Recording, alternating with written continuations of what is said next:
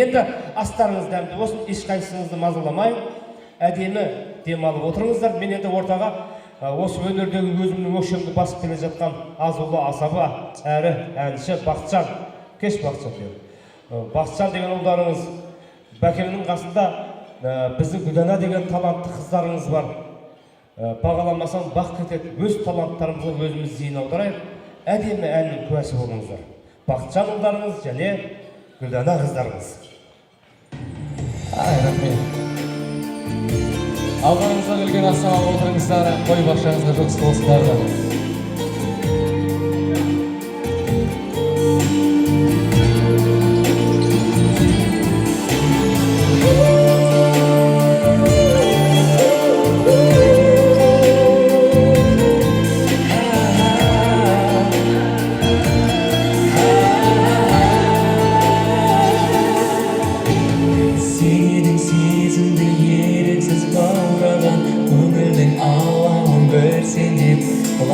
Sen görgün gösterdim yürekte жалаған